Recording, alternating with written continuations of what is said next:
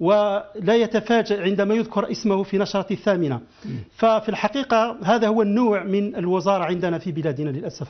طيب، وحتى هناك نكت أمس بمناسبة هذه الحكومة الجديدة، أنه إحدى السيدات كانت هناك إشاعة تقول بأنها عينت وزيرة للتضامن، وكانت تتلقى تهاني حتى من على هاتفها النقال، وهي تقول أنه لم يتصل بها سلال بعد، واتضح أنها في الحقيقة كانت مزحة وإشاعة.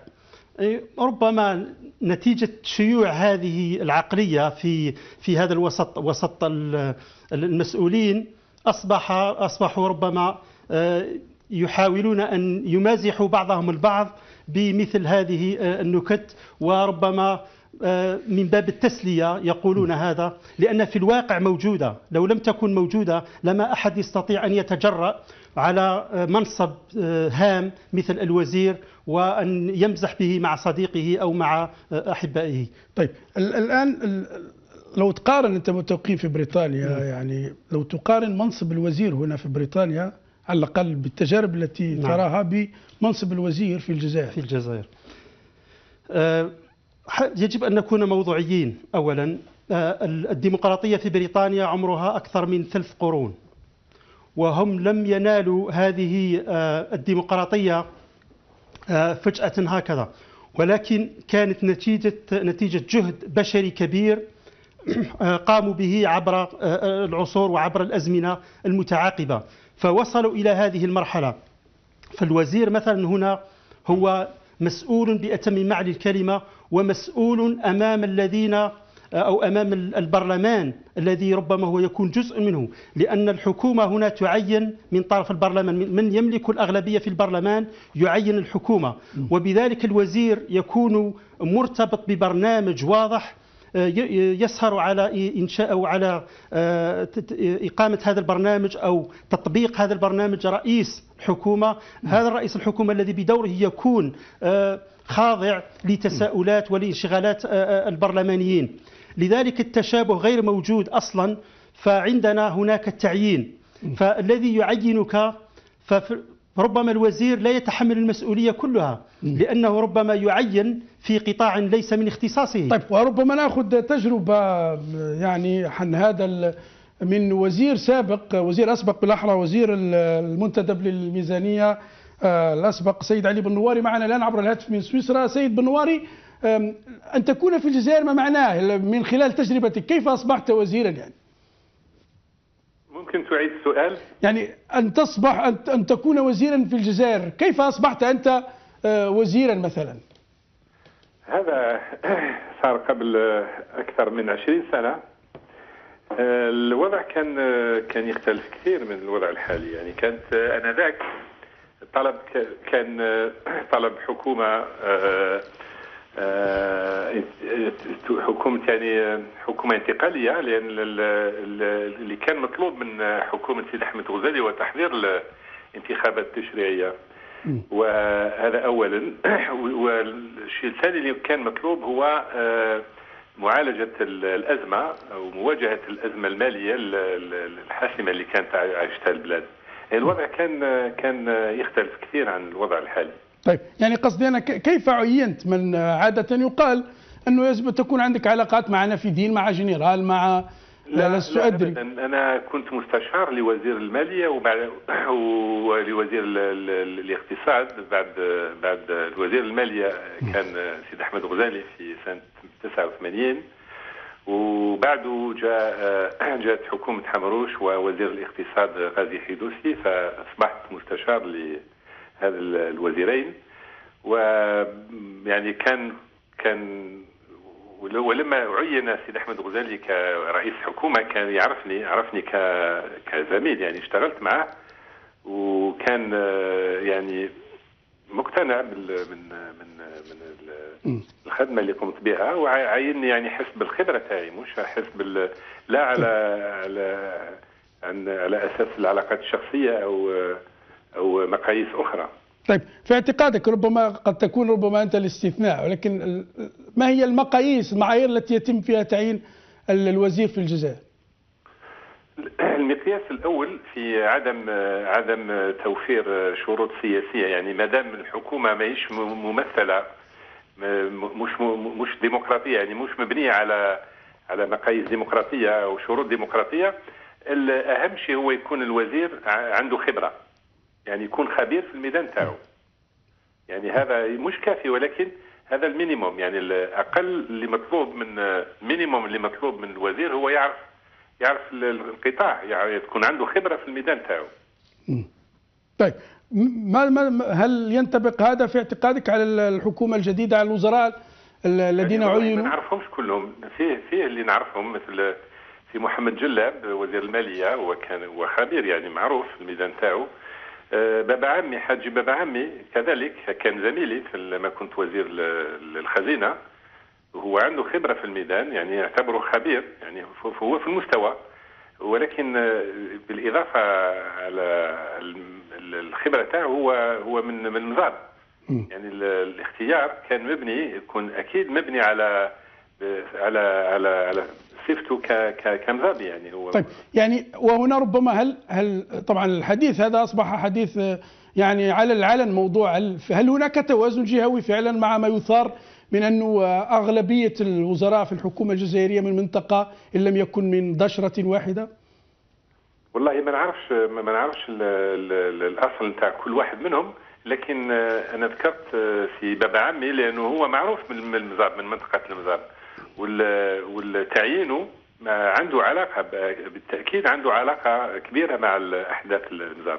طيب ولكن عموما بحسب يعني هل هذا المعطى ده كان دائما حاضرا، يعني اخذ الاعتبارات الجهويه في التوزيع، مع انه البعض يصر بانه يتحدث الان بشكل علني انه لم يكن دائما هذا محترم، يعني وربما بارز في السنوات الاخيره بشكل كبير. اكيد هو منذ حدوث نظام بوتفليقه بلا شك هذا التوازن الجهوي اللي كان يسود منذ الاستقلال كان مقياس كبير في تعيين الوزراء، تشكيله الحكومات.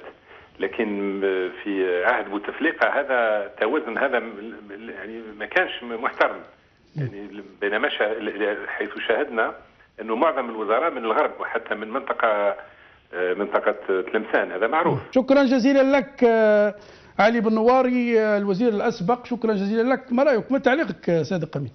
تعليقي فيما قاله السيد الوزير والله كلام منطقي، يعني هذه هي يعني الجزائر كيف تفعل بكفاءاتها وبإطاراتها، فعندما تختلف معهم في الرأي تصبح معارض، والمعارض للأسف ليس له مكان داخل الجزائر.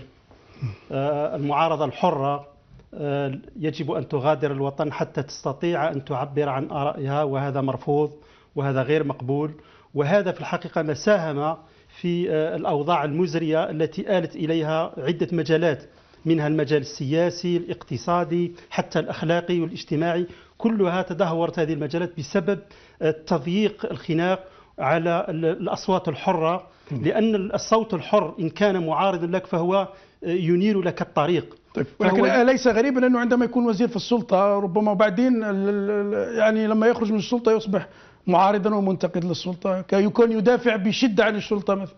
حتى نكون موضوعيين، ليس كلهم أصبحوا معارضين، فمنهم من بقي في الجزائر ينتظر الهاتف أن يرن مرة أخرى. أنا أتحدث عن الذين أعلنوا معارضتهم، يعني خرجوا من السلطة كانوا وزراء وأعلنوا الآن معارضتهم هذا هو الإشكال، وكأن النظام الجزائري يعتبر كل إطاراته ملك له، فإذا أردت أن تقول شيئا مغايرا أو نصيحة يضعونك في خانة المعارضة. فهذا هو الإشكال، النظام عليه أن يتعلم كيف يحتفظ بالآراء المختلفة داخل دواليب السلطة. ينضم إلينا الآن عبر الهاتف من الجزائر سعد بوعقبة الكاتب والصحفي. أستاذ سعد بوعقبة، لن نجد أفضل منك، يعني من يعرف الكثير من الوزراء الذين تداولوا على السلطة في الجزائر. ما معنى أن تكون وزيرا في الجزائر أستاذ سعد بوعقبة؟ عدة كما نقولوا دي كريتير كثيره، منها عند الولاء بالدرجه الاولى، القابليه للمركوبيه او التبعيه او القابليه لتنفيذ ما تطلبه السلطه، الكفاءة تأتي في آخر الترتيبات الأخرى. طيب من الوزراء الذين عرفتهم يعني ومقارنة بالحكومة الجديدة التي أعلنت أمس، ما هي قراءتك؟ ما تعليق؟ الحكومة هذه فيها حاجتين جدد. يعني أولا لاحظوا أن يزيد دياراس هذه المرة لم تلعب في قائمة الوزراء، باين من خلال التشكيلة تاعهم أن دياراس كان بعيد على القائمة. ثانيا هو التوجه العالي لفكرة الولاء وفكرة الجهوية. ثم تأتي في الدرجة الثانية فيه تحسن في مستوى الكفاءة، يعني قياسا بالحكومات اللي كانت سابقة. طيب. رغم الجهوية ورغم الولاء ورغم عدم تدخل مصالح الأمن فيه.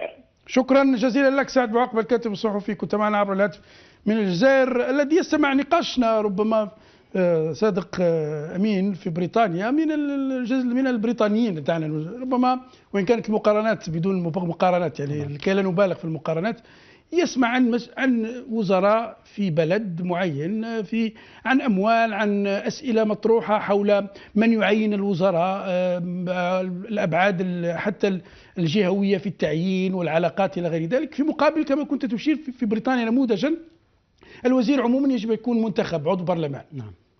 ويجمع الوظيفتين، يعني عموما الشعب هو اللي يختار. نعم. يعني استثناءات قليلة فقط، إلا في ربما المناصب الوزارية يعني التقنية جدا التي تحتاج إلى مختصين يتم تعيين غير منتخب غير برلماني. نعم صحيح كلامك مضبوط.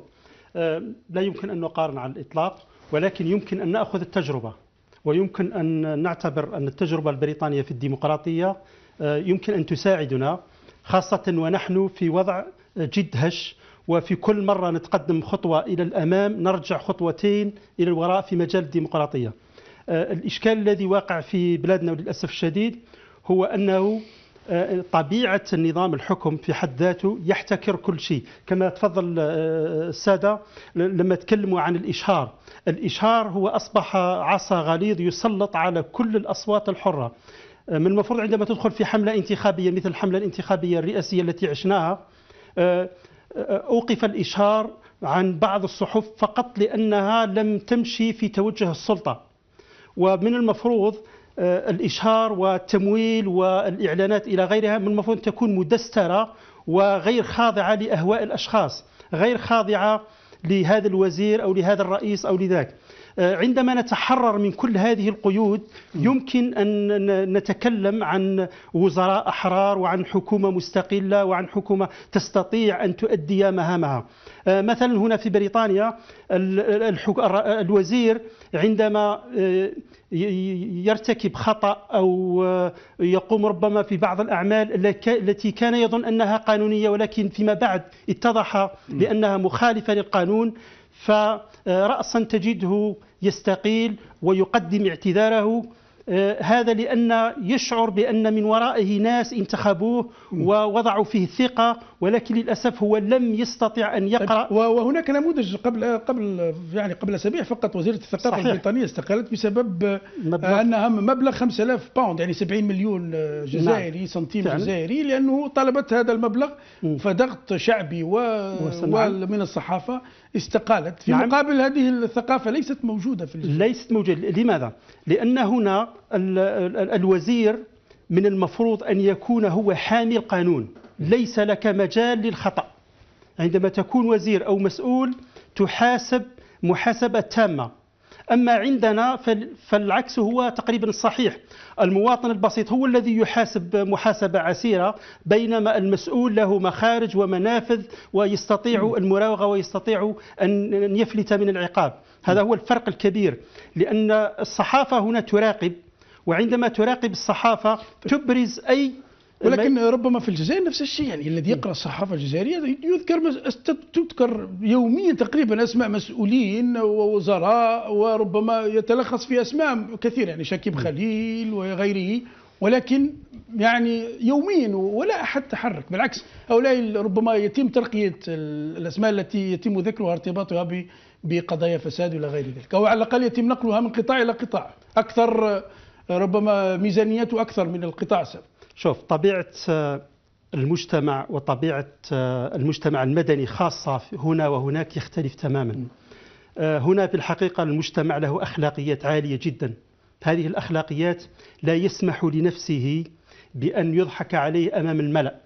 فهو عندما ينتخبك وعندما تقدم برنامج، وهذا البرنامج واضح وله أهداف، له حياة، هذا البرنامج متى يبدأ ومتى ينتهي في مدة زمنية معينة وبتكاليف أيضا محددة. عندما تنجز هذا البرنامج في وقته وبتكاليفه تعطى العلامة الكاملة ويصفق لك الجمهور. أما عندما تخطأ في أي نقطة أو في أي مرحلة من مراحل هذا المشروع سوف تحاسب. عندنا للأسف العكس تماما، أن البعض تسلط عليهم الأضواء وتثار ضدهم قضايا ولسنا ندري، لأن ليس هناك حرية. مثلا نقول لماذا أثيرت قضايا مثلا شكيب خليل؟ لماذا فقط فجأة أثيرت قضايا شكيب خليل في الصحافة وبعد ذلك سكت الجميع؟ هناك قضايا أخطر من هذا ولم يتكلم عليها. مثلا قضية، نعود للوزراء، أحمد بن محمد عندما كان وزيرا للتربية وكان وزيرا محبوبا من طرف الجزائريين وخاصة من علي بن محمد.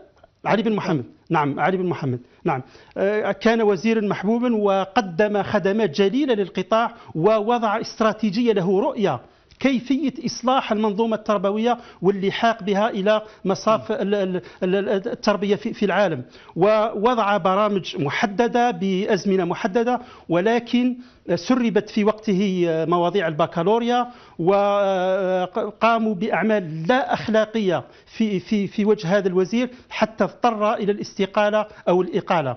عندما يكون مجتمع فيه ناس بهذه الأخلاق الدنيئة وبهذه الصورة، فأكيد الشرفاء يكون معرض عليهم ولا يستطيعوا أن يبرزوا مواهبهم.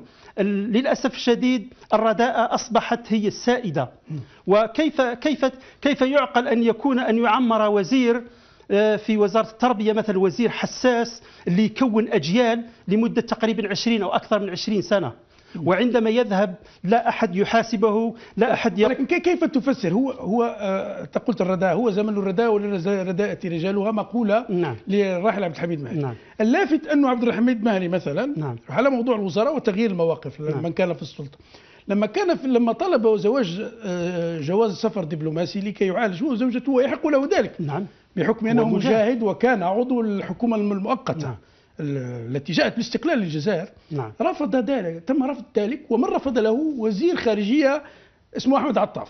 الآن أحمد عطاف أصبح معارضا وينتقد السلطة ويرى في العهدة الرابعة شرا على الجزائر في حوار مع موقع اسمه مينا بوست صدر قبل يومين.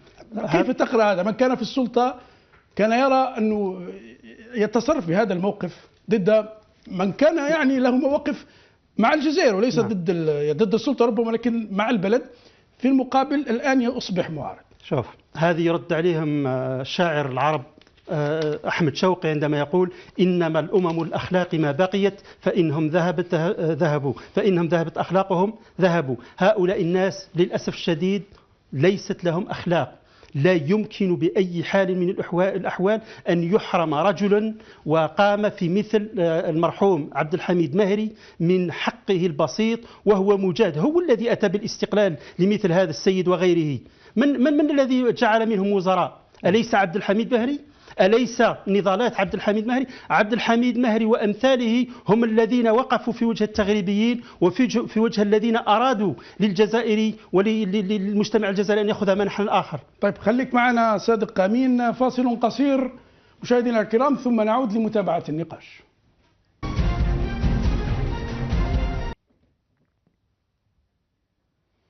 أهلا بكم إلى هذه الحلقة مجددا. عنوان حلقة اليوم، تساؤل حلقة اليوم: ما معنى أن تكون وزيرا في الجزائر على خلفية الحكومة الجديدة التي أعلنت أمس في الجزائر بعد أسبوع من أداء الرئيس بوتفليقة القسم لولايته أو لعهدته الرابعة؟ معنا في الاستوديو دائما الأكاديمية الجزائرية صادق أمين، وينضم إلينا عبر الهاتف من فرنسا الوزير الأسبق، وزير الاقتصاد الجزائري الأسبق سيد غازي حيدوسي. سيد غازي حيدوسي، ما معنى أن تكون وزيرا في الجزائر وأنت كنت وزيرا؟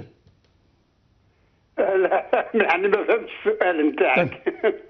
واش معناها أن تكون وزيرا؟ يعني تكون فعلا وزير، عندك مسؤوليات في وزير في الجزائر، صلاحيات وزير، ثم ربما قبل ذلك ما هي المواصفات الكريتير اللي يخلوا تعيين وزير في الجزائر؟ لا، احنا كنا في حكومة كانت خاصة، يعني من نوع خاص، لأن حكومتنا جات بعد أكتوبر 88، وقع فيه هنالك عقدة بين الحكومة والرئيس، ما كانش يسير فيها الرئيس. كان عندنا برنامج والرئيس وقع عقدة أن رئيس الحكومة عنده حرية في التسيير. يعني كنت وزير في هذاك الأسلوب، لكن في أسلوب كما الآن مع رئيس الآن نظن ما يساعدنيش خلاص نكون وزير. طيب، يعني أنت كنت في حكومة حمروش التي وصفت بالحكومة الإصلاحية، هل فعلا أنك بسبب خاصة في الاقتصاد وخططك الإصلاحية تعرضت إلى ما تعرضت له، والآن لا تستطيع العودة إلى الجزائر؟ لا، الآن أنا لم أستطيع العودة، لا لعملي الاقتصادي لكن لعملي السياسي.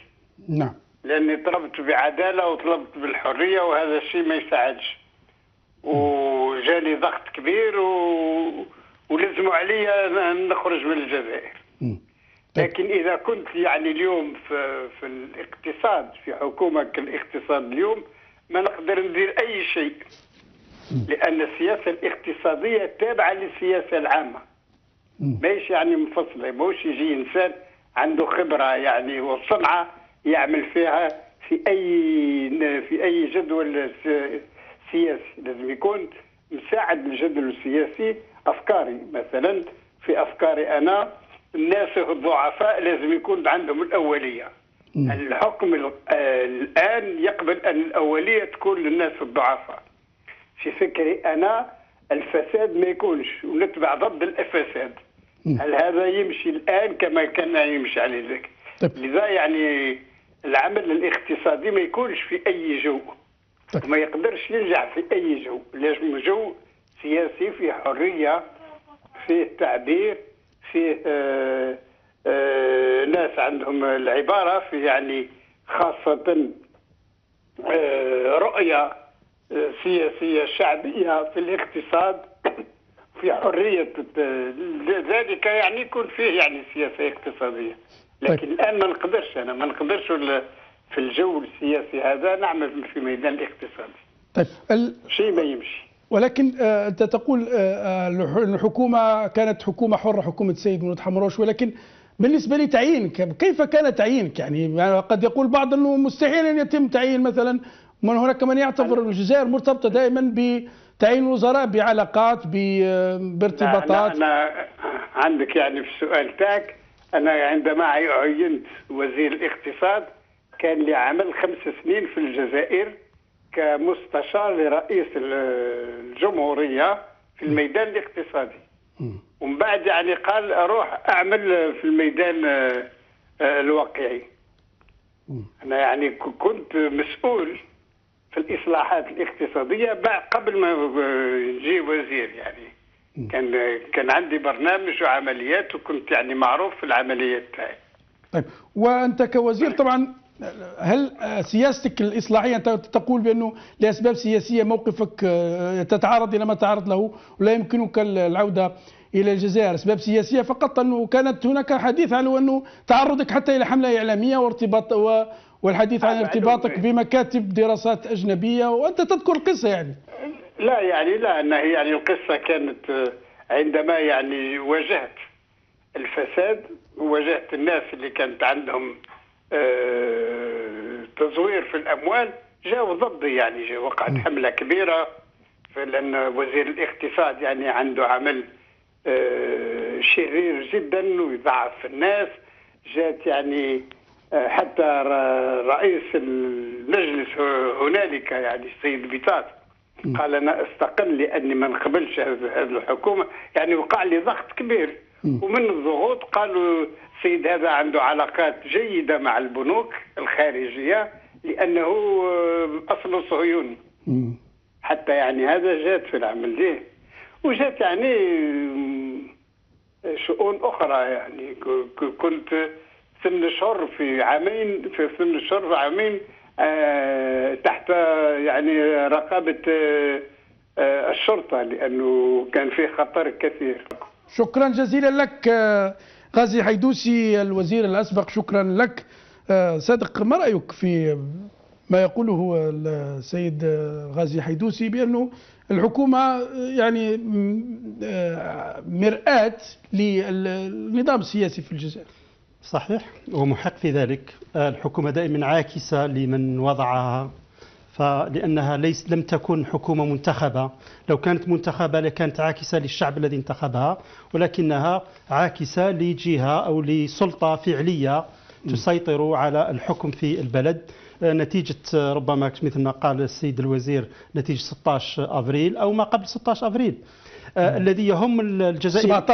17 أفريل نعم، 16 أفريل هذا نعم 17 أفريل. الذي يهم في الحقيقة هو أن نعرف ما نوعية هذه الحكومة. هل هي حكومة عادية يعني انتخبت أو كانت عينت نتيجة أوضاع عادية، أم هي حكومة انتقالية تريد أن تحدد ملامح الدولة الجزائرية في المستقبل، أم حكومة تسيير أعمال فقط تريد أن تحافظ على سيرورة الاقتصاد وتصريف الأعمال إلى حين انتخاب حكومة شرعية أخرى تحل محلها وتنفذ البرنامج الذي انتخبت من أجله. أعتقد بأن هذه الحكومة هي ليست حكومة انتقالية، بل هي حكومة تصريف أعمال، لأن الحكومة الانتقالية كما قلت من المفروض تعد لمرحلة القادمة، ولكن المرحلة القادمة يبدو أن الرئيس هو الذي يعد لها، وهو الذي يشرف بنفسه على تغيير الدستور. وتغيير الدستور مثل ما جاء في خطابه قال للمعارضة ومد يده للمعارضة وقال أريد أن يكون هناك دستور توافقي. والتوافق بمعناه الواسع أن أطراف أخرى غير متفقة معك تجلس على الطاولة وتتناقش في نقاط عدة، نقاط الاختلاف، وتصل إلى نتيجة تعبر هذه النتيجة عن رضا الجميع. وهذا ما نعتقده أنه سوف يكون. ولكن هناك مراكز أو مناصب حساسة سوف يحدثها هذا الدستور الجديد، منها نائب الرئيس الذي من المفروض على المعارضة أن تفاوض جيدا من أجل إذا لم تستحوذ على هذا المنصب على الأقل تضع شخصية تكون مقربة من الجميع. ومعنا من الجزائر أحد أبرز وجوه هذه المعارضة الجزائرية البرلماني عن حزب العدالة والتنمية، جبهة العدالة والتنمية، سيد الأخضر بن خلاف. الأخضر بن خلاف، قراءتك لهذه الحكومة الجديدة؟ والله بسم الله الرحمن الرحيم.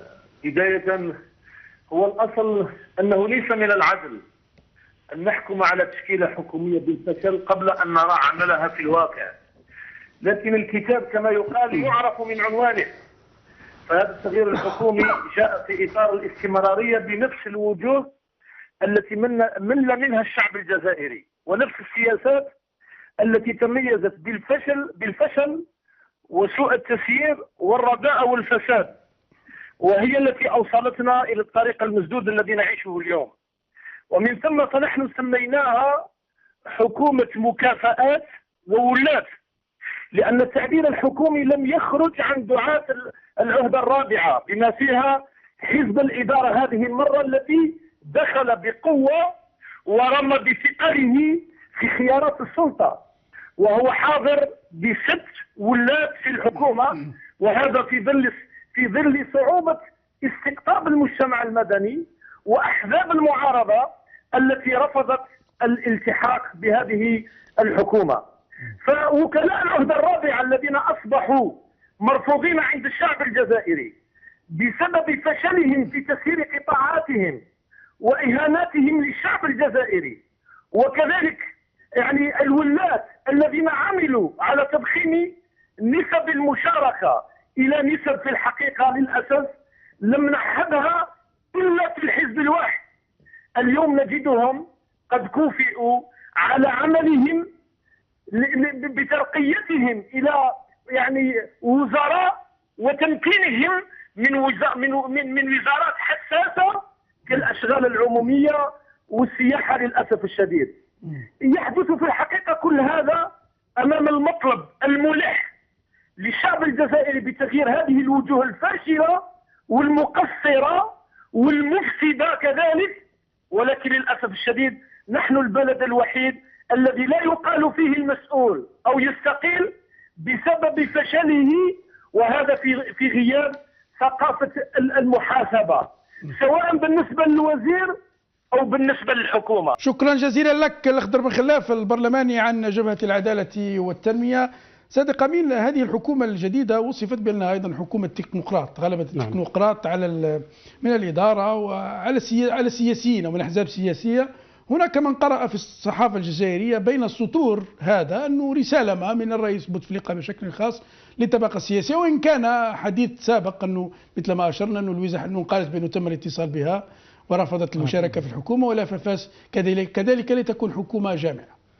ربما يمكن أن يكون هذا الذي أردت أن أشير إليه في كلام الأخ، هو على المعارضة أن تبتعد عن هذا الخطاب الذي في الحقيقة لا يحمل جديدا، لأن عندما نقوم بتجربة بنفس الشروط الموضوعية فالنتائج حتما سوف تكون نفسها حتى ولو أعدناها عدة مرات.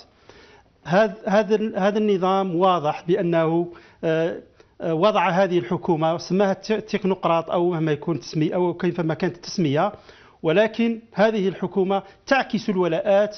هناك أشخاص وشخصيات مشوا معه في الحملة الانتخابية ودعموا الرئيس بطريقة جنونية، فمن الطبيعي أن يكافئوا وأن يكونوا أعضاء في هذه الحكومة. الذي يهم أكثر هو أن هذه الحكومة نظريا سوف لن تعمر كثيرا، لأنها ربما سوف لا يزيد عمرها عن 6 أو 7 أشهر حتى إلى غاية تعديل الدستور.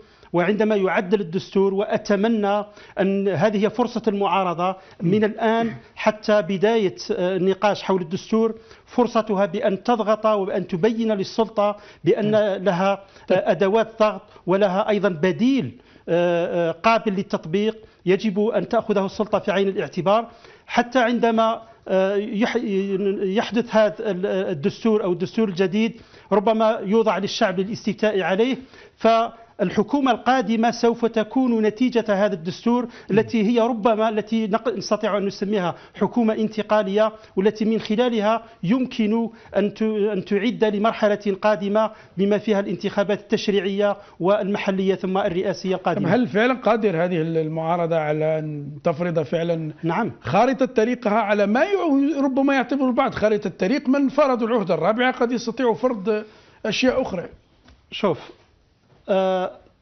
هذه المعارضة بإمكانها أن تضغط لو تحسن استغلال الأوراق الموجودة عندها، وأن تتحد وأن تضع المصلحة العليا للوطن فوق كل اعتبار، وهي الهدف الأول والأخير في كل مشاريعها وفي كل أعمالها. إذا كانت كل المعارضة تتفق فأكيد سوف تضغط على السلطة، لأن هذه السلطة في الحقيقة ما هو عدد الأحزاب الذين يساندونها؟ بغض النظر عن الحزبين الرئيسيين الأرندي والأفلان، الأحزاب الأخرى هي أحزاب كرتونية أنشئت فقط كأرانب لتساعد في مثل هذه الاستحقاقات، ليس إلا. هذه الأحزاب وهمية وليس لها قاعدة شعبية، بل هي قصت واقتطعت من أحزاب رئيسية معروفة مثل حماس وغيرها. فلا أعتقد أن هذه الأحزاب التي تساند الرئيس اليوم لها وزن شعبي بإمكانه أن هل المعارضة أيضا لها وزن شعبي؟ هل هي قادرة فعلا أن تكون تعبر عن الثقل الشعبي؟ هناك وعي متنامي في المجتمع، يجب أن نقر بهذه الحقيقة. هناك وعي متنامي في المجتمع، وهناك أيضا نفور من بعض الوجوه في المعارضة. إذا نظرنا إلى هذا النظام، وإذا أردنا أن نغير هذا النظام، أو إذا أرادت المعارضة أن تغير النظام وهي في حد ذاتها لم تتغير طيلة 20 إلى 25 سنة، فهناك إشكال. الذي يريد أن يجدد عليه أن يتجدد هو نفسه قبل أن يطالب الآخرين بالتجدد. هذا هو الإشكال.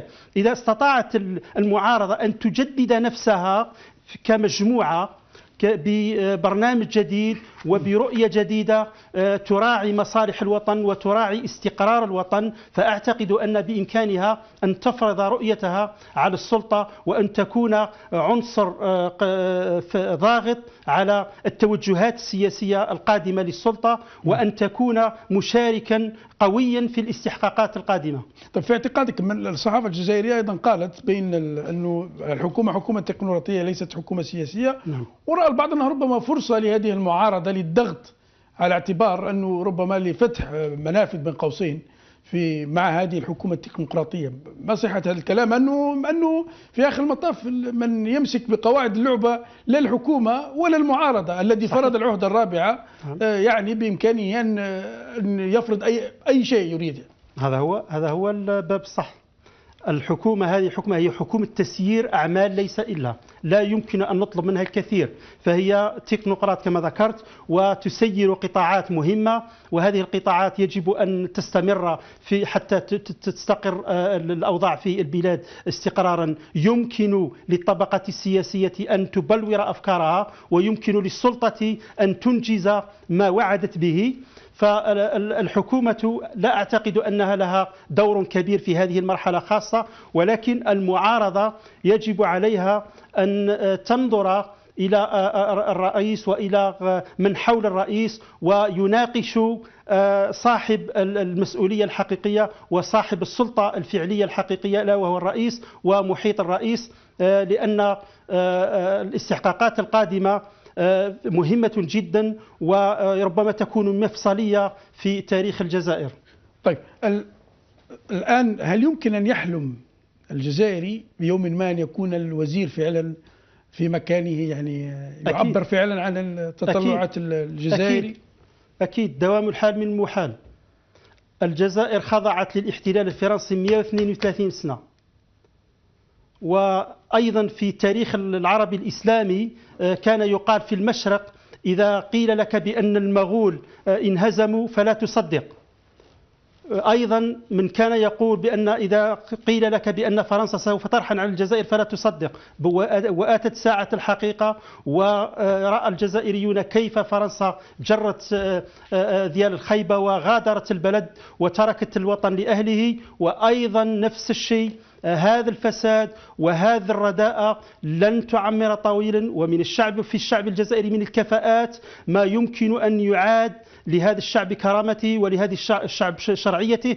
وفقط القضية قضية وقت، لا يمكن أن نستعجل، يجب أن نكون أكثر موضوعية وأكثر واقعية، وننظر إلى الأوضاع المحيطة بالجزائر وكذلك الأوضاع الداخلية، وأن نسيرها مرحلة مرحلة حتى نصل إلى بر الأمان. وأهم شيء يجب أن تركز عليه المعارضة هو أن لا تذهب بعد هذه الانتخابات، أن تذهب وتعود إلى مقرات أحزابها وتمكث هناك وتعارض من وراء الصالونات. يجب أن تبقى فاعلة، وأن تبقى مقدمة للبرامج، وأن تبقى مقدمة لمشاريع واقعية قابلة للتطبيق، وتعرضها على الشعب حتى يقتنع بها، وأيضا تضعها ورقة في وجه السلطة كحجة بينة على السلطة أن تأخذها بعين الاعتبار. ينضم إلينا الآن عبر الهاتف من الجزائر عبد الله حداد، رئيس جبهة النضال الوطني. سيد عبد الله حداد، قراءتك لهذه الحكومة الجديدة، ويعني ما أي صورة للوزير، وما معنى أن تكون وزيرا في الجزائر بالمناسبة؟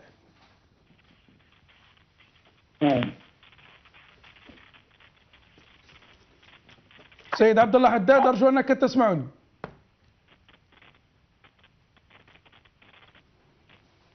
سيد عبد الله حداد، يبدو للأسف أن هناك إشكالا في الخط، للأسف فقدنا سيد عبد الله حداد. نرجو أن نلقاك في فرصة مقبلة. على كل الوقت أدركنا. نشكر جزيلا ضيفنا في الاستوديو السيد صادق أمين الأكاديمي الجزائري المقيم هنا في لندن، والشكر موصول دائما لكم مشاهدينا الكرام مني ومن كل فريق البرنامج، منتج الحلقة رضا ربيحي وكل طاقم البرنامج. أجمل التحايا، إلى اللقاء.